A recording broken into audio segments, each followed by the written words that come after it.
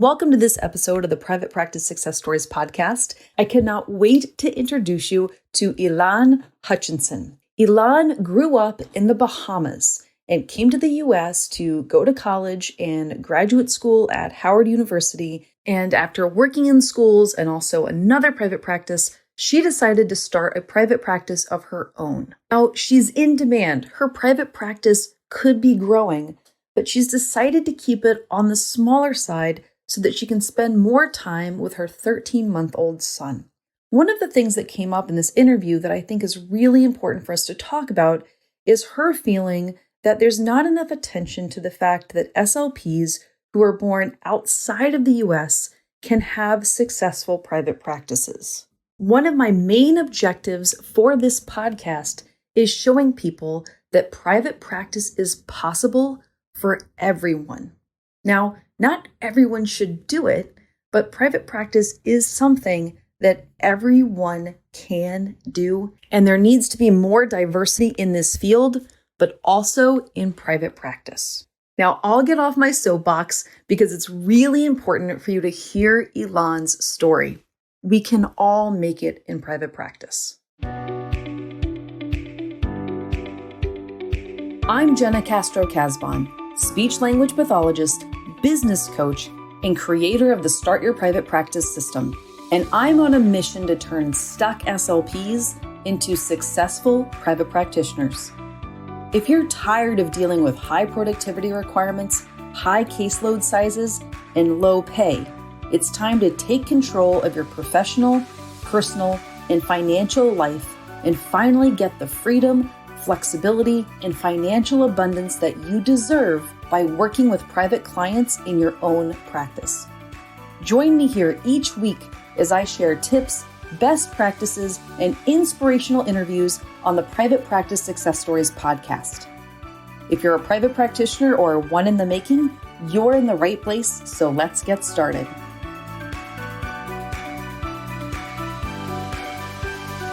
So before we dive in, can you please share your name, your location, and the name of your private practice? My name is Elan Hutchinson. I currently live in Charleston, South Carolina, and the name of my private practice is The Speech Toolbox, LLC. And you're also on Instagram as Nali Jolee, which is Nali is my first name spelled backwards, and it's my middle name, so Nali Jolee.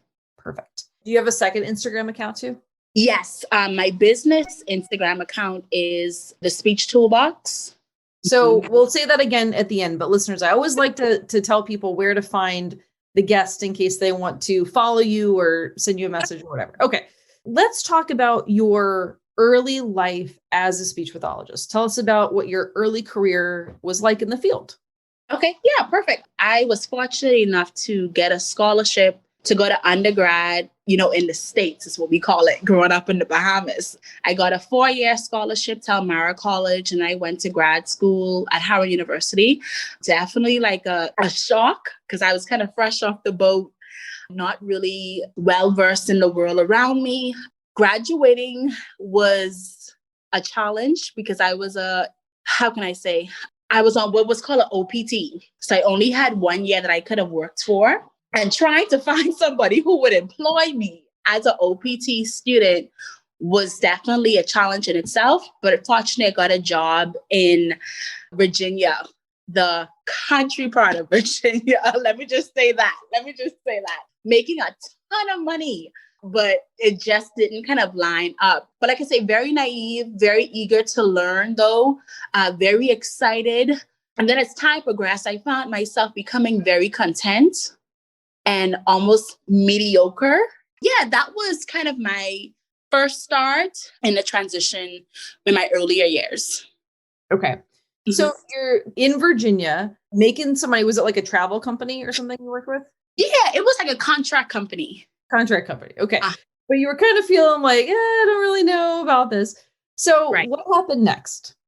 Okay. So I'm in Virginia. I'm trying to figure out my next step because I only had maybe like a month or two left. Fortunately, I was able to get a job in a school in Atlanta. Oh my gosh. Working at this school in Atlanta was an amazing experience. It was very cultured. It was very diverse. I had never had such a large case. So I think I had maybe like 65 kids or young adults because this was a high school. But that's where I really kind of started to really dive into like continuing education, learning more about the field. I had a lot of teenagers on my caseload who had difficulty reading. And that really like kind of caught me off guard. And a number of them were undocumented immigrants. So we kind of were able to connect in a way that it was like, oh, wow, okay, I can really use kind of who I am and my profession to correlate in a sense.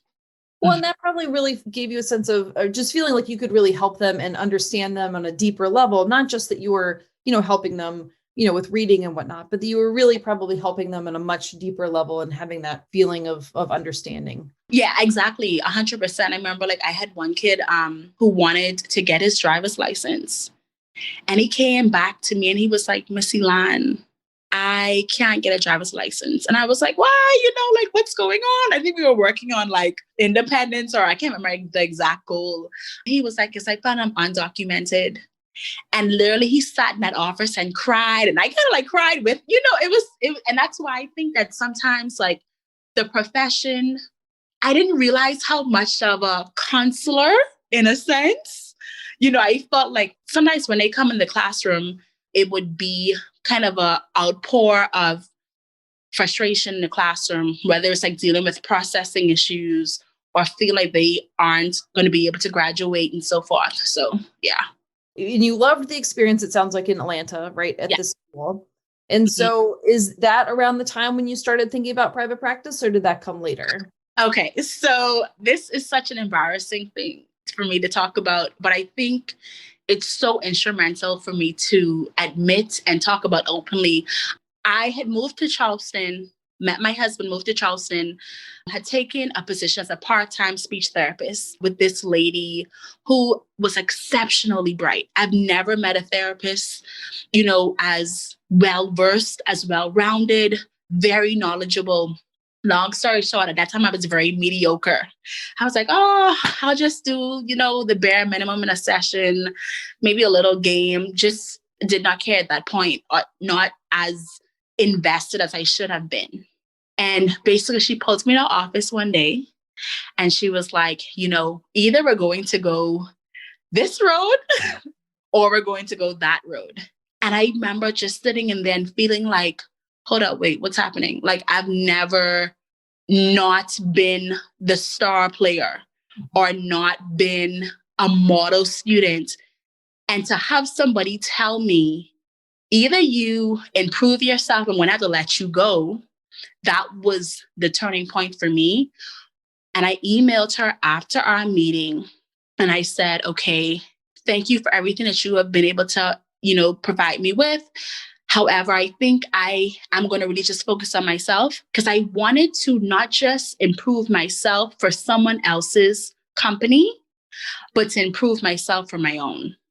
So that was the turning point. Mm-hmm. Love that. Yes. Love that, right? Because I think that sounds like it was a really just eye-opening experience in terms of, someone kind of, I don't know, maybe called you a little bit on like level of effort or something like that, right? And then you were like, you know what? Maybe I am not giving my best. Mm-hmm.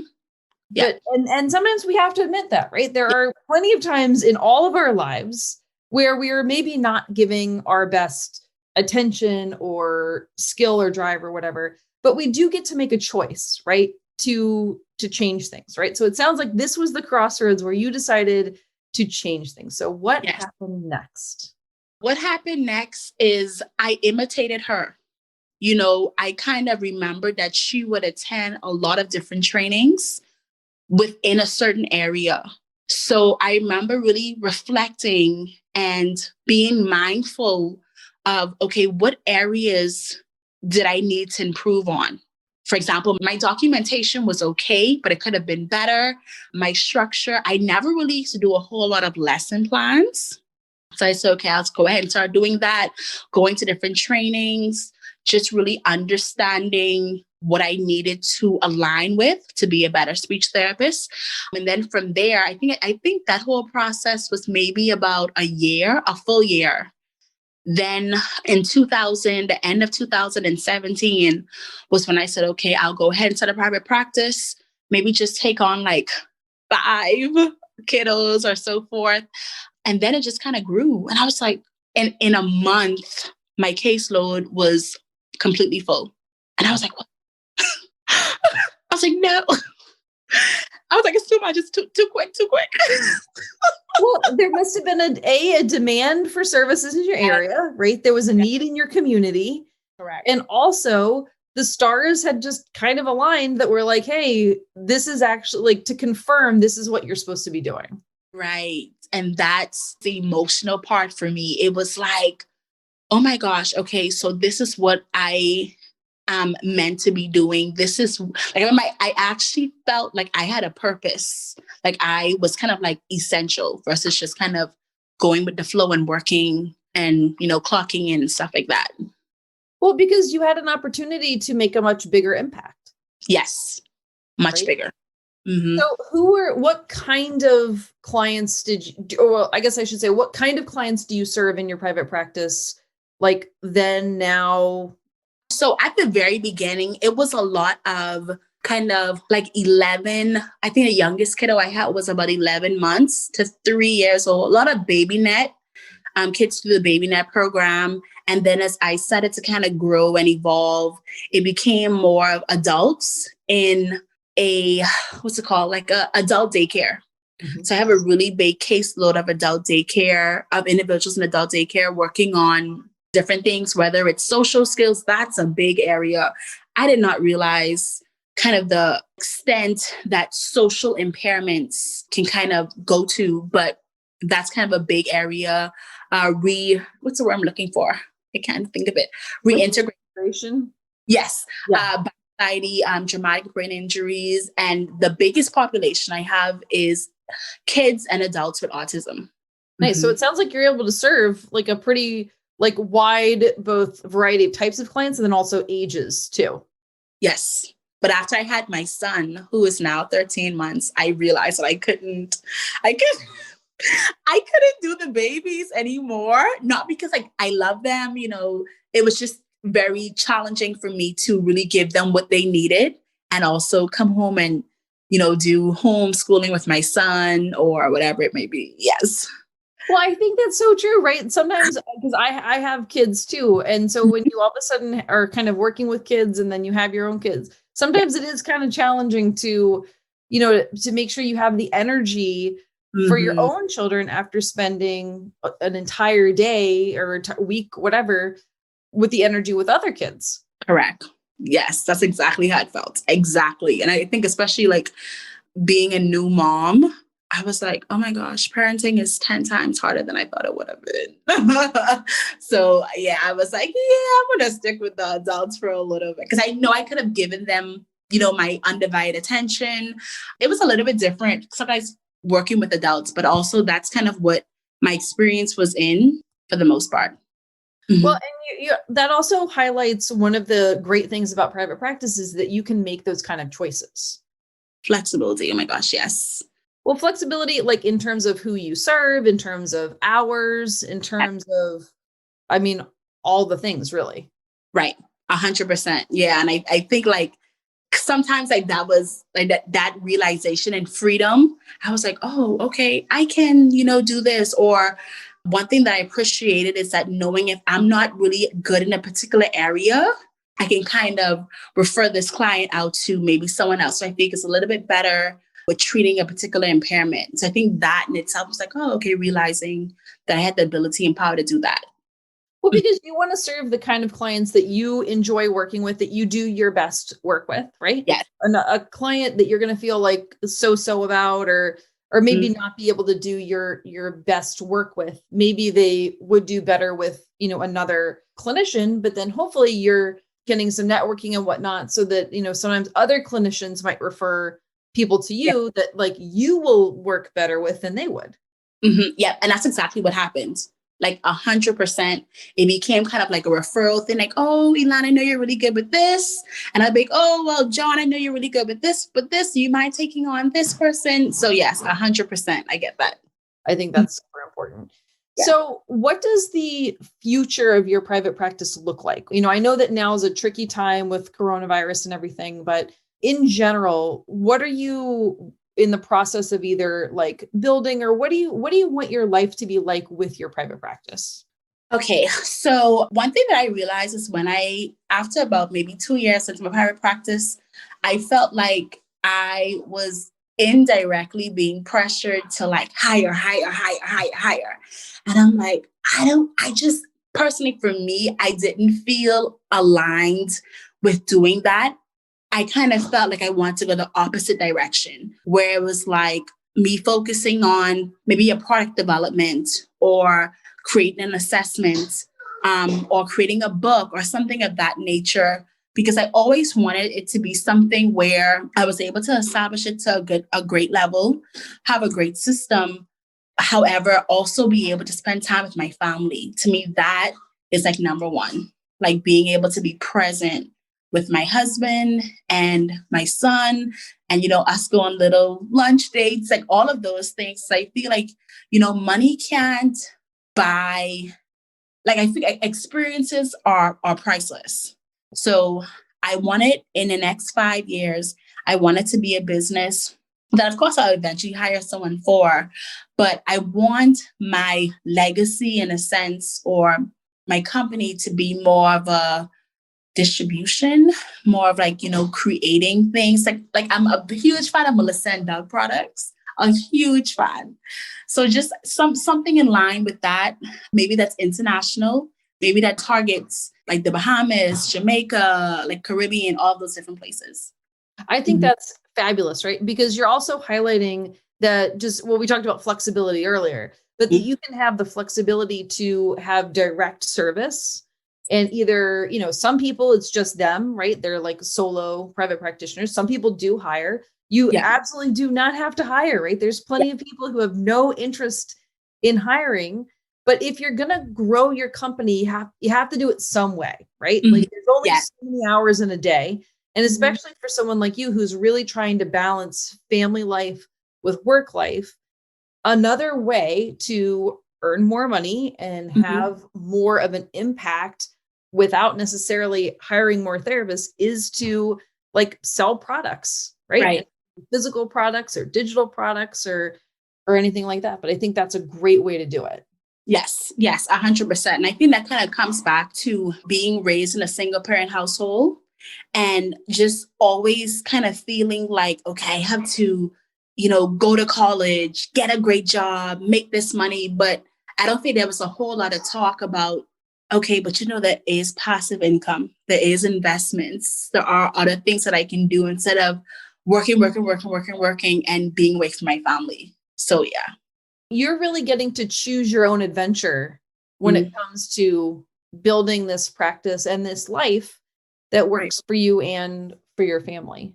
Yes, 100%. When I first had my son, I was thinking, okay, how am I going to balance being a private practice owner and being home with him, or not really being home with him, but also being a present mom? And I was reading this book. It has kind of a bad word in it, but the book is called "You Are a Badass at Making Money." I have that book. Okay, like, yes. Oh my gosh. And she said in the book, she was like, you can be a boss and an amazing mom. And I'm like, oh yeah, I can, right? Like I can have kind of both of those. And I'm about to buy one of her other books. So it's just so empowering. I'm like, okay, I could be a badass mom, Totally. That's really important, right? And sometimes it does take someone else giving you permission to do something or to feel something or to identify as something, to let you know that, hey, you can do both. Like you can do whatever you want. And like, even like little pointers, like I think one of her suggestions was like waking up like at 5 a.m. or waking up a little bit earlier. And I realized that even doing that just 3 days out of the week for me, them 3 extra or 6 extra hours I get, I'm like, oh, okay, I'm able to do this, do a little bit of reading, but definitely self-care has been a huge game changer for me in private practice, professional life, personal life, all of that. Yeah, I totally agree. Before we wrap up, are there any other words of wisdom or messages that you might want to share to our listeners in terms of private practice or anything else, really? I think I would tell anyone to, first of all, you determine what you want your future to look like. You know what I mean? Sometimes we are easy to give up on something because it seems too hard, or, oh, everybody else is doing it, or, oh, what's the need base?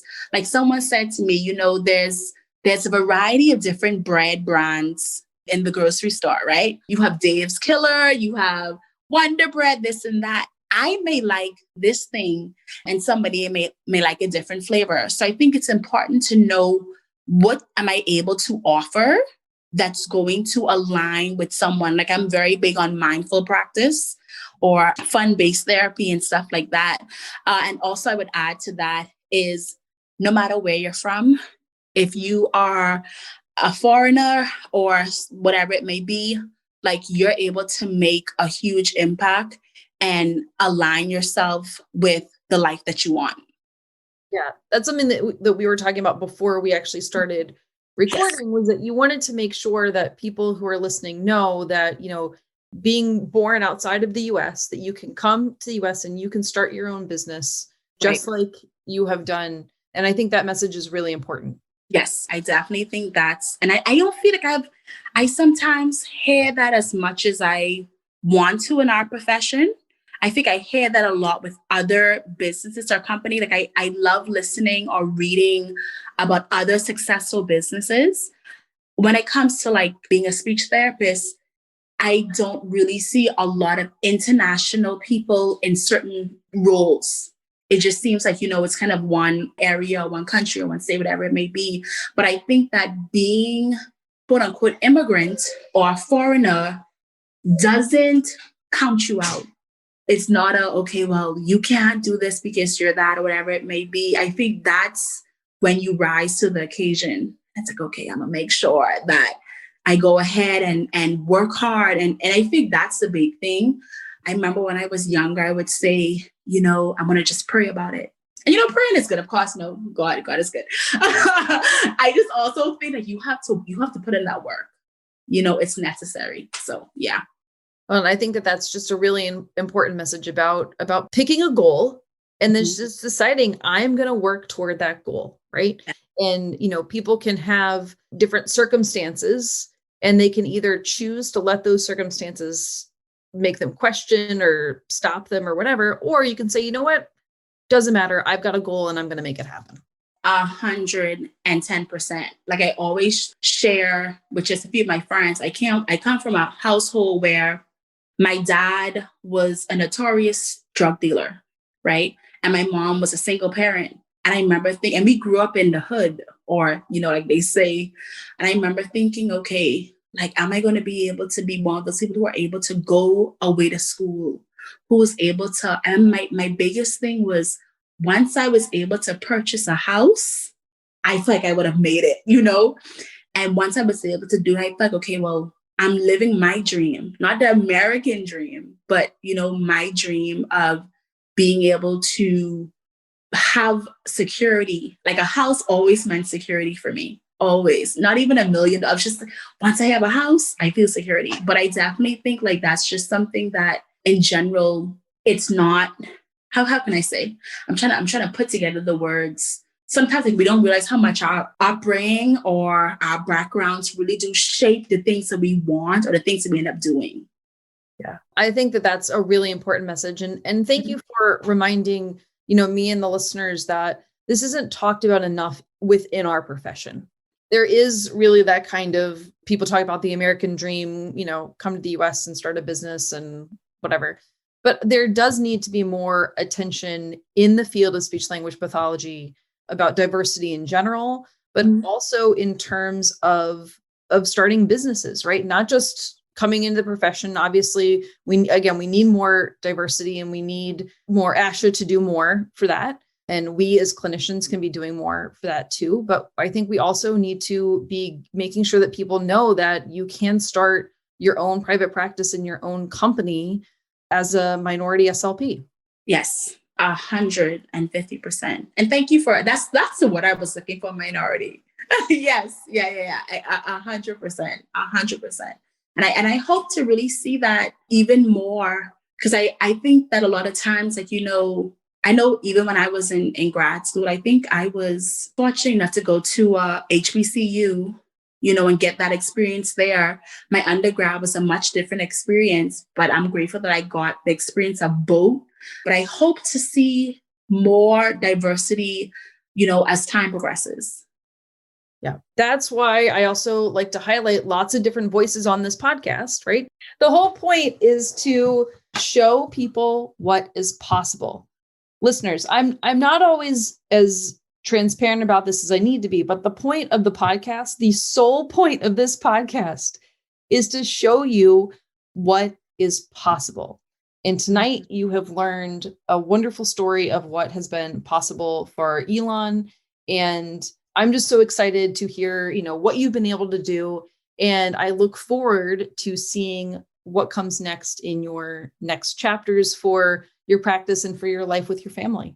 Oh, thank you so much. And thank you for having me. Like, this has been almost like a little dream. Like, oh my gosh, I'm going to be in a podcast with an independent clinician, so thank you. And thank you for allowing people like me to voice our opinions and, to share our backgrounds and our stories. It's definitely greatly appreciated. Absolutely. So tell people again, one more time, where they can connect with you on Instagram.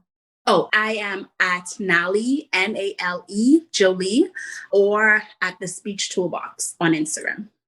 Fabulous. So follow her, maybe send her a DM and say, hey, I heard you on the podcast and what your biggest takeaway was. But again, thank you for your time, for sharing your story and your insights, and just being an inspiration to all SLPs who are trying to figure out how to start a private practice and also have that balance with your family. So thank you so much, because that's really, really important too. Thank you. I appreciate it. So how much do you love Elan? I loved her energy. I loved just her story, right? She grew up in a difficult situation, as she shared, and she has been able to take control over her situation and really thrive in private practice. She shared some wonderful lessons in terms of, the time when she was working and she wasn't she admitted she wasn't giving her best effort. And sometimes that happens, right? Sometimes we are in a job or in a position where we're kind of just getting by. And one of the reasons why that happens is because we aren't inspired by the work that we're doing. And a lot of times people start not being as inspired by the work they are doing for others. And then when they start their own private practice, they are re-inspired to do the work for themselves and for their own clients. So if this is something that you want to do, if you want to start a private practice just like Elan did, then head over to startyourprivatepractice.com/webinar and sign up for my free training where I go through the ins and outs of starting a private practice. I lay out the steps so that you will know exactly what the process is for getting started, and then you can grow into a more established private practitioner like Elan. Remember, private practice is for everyone, right? Everyone can do it. Now, skill set wise, not everyone can have a private practice, right? Like there are, different things about it that some people like and some people don't like. But this is just my friendly reminder that if you're listening and you're not sure if you can be successful in private practice, well, you can if you have the right information and the right tools in order to be successful. So your first step to figuring that out is to go watch this free training. It lasts about an hour, and you can watch it over at startyourprivatepractice.com/webinar. As always, thank you for joining us, and we will see you next week with another private practice success story. I decided to invest in the Start Your Private Practice program because I honestly had no idea where to start. And I just didn't really have the confidence or the know-how to be able to do that. So it was really nice to have a system that was all set up for me. I didn't have to reinvent the wheel or start from scratch. It was all there for me. And I was able to land a client within about the first week and a half of me going public with my private practice. So now I have 12 clients. It is such an invigorating and amazing experience. If you want help to start your speech therapy private practice, then head on over to startyourprivatepractice.com/waitlist so that you will be notified as soon as we reopen the doors to the Start Your Private Practice system. Again, that's startyourprivatepractice.com/waitlist. I cannot wait